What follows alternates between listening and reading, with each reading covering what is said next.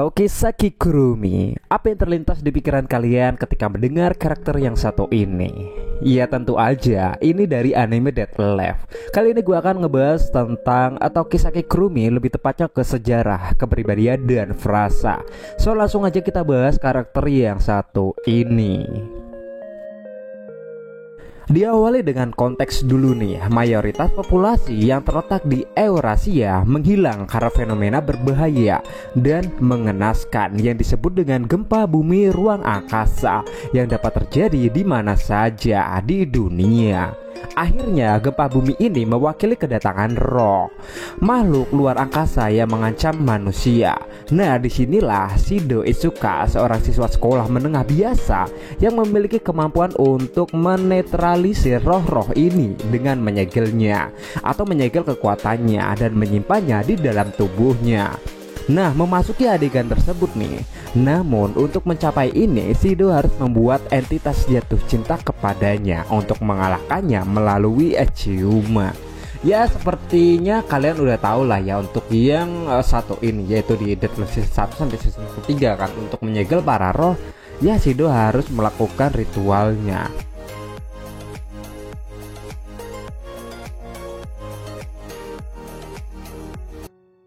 Kita memasuki dalam sejarah Tokisaki Kurumi. Kurumi muncul dalam seri yang akan dipindahkan ke SMA Shido dengan tujuan utama untuk mendapatkan kekuatan roh yang tersegel yang masih ada di tubuhnya Shido.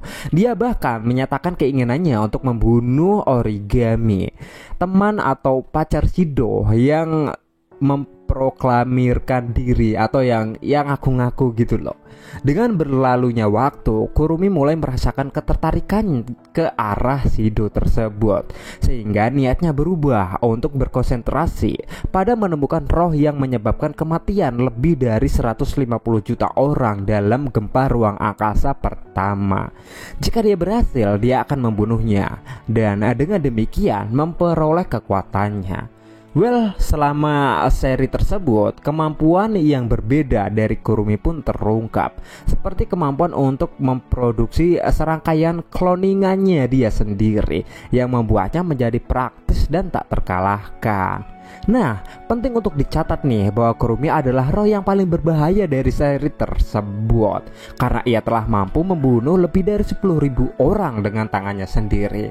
Untuk pembahasan seperti ini udah kita bahas di video tersendiri ya. Kalian bisa nonton, kalau penasaran linknya gue bakal taruh di deskripsi. Kita udah ngebahas nih tentang senjata apa aja yang dimiliki oleh Tokisaki Kurumi dan kemampuannya apa aja.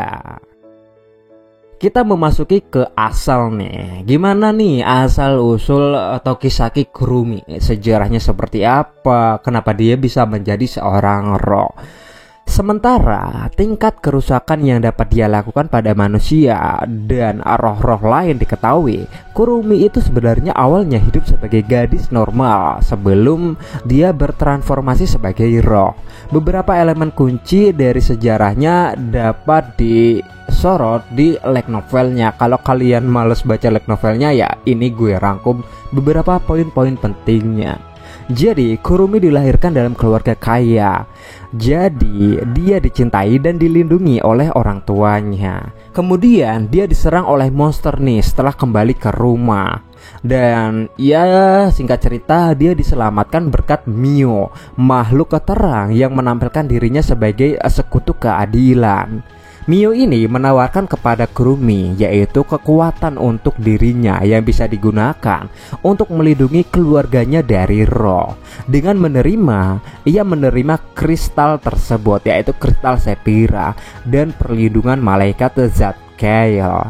Jadi, dan tanpa menyadarinya, ia pun menjadi seorang roh. Dia mulai bekerja sama nih dengan Mio akhirnya, yaitu membunuh roh dan semua jenis monster.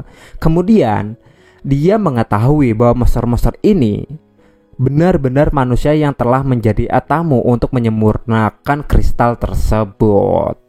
Well, singkat cerita, setelah beberapa saat Kurumi pun terbangun di kawah tanpa ingatan yang jelas dengan kehidupan masa lalunya.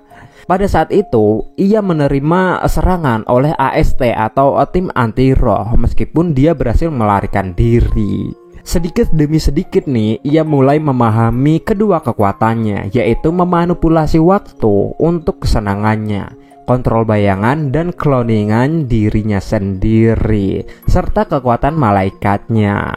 Asal kalian tahu ya, pada saat itu ia membuat serangkaian cloningan dirinya untuk mencoba menemukan keberadaannya. Pada saat yang sama, ia membunuh ribuan orang dengan caranya sendiri.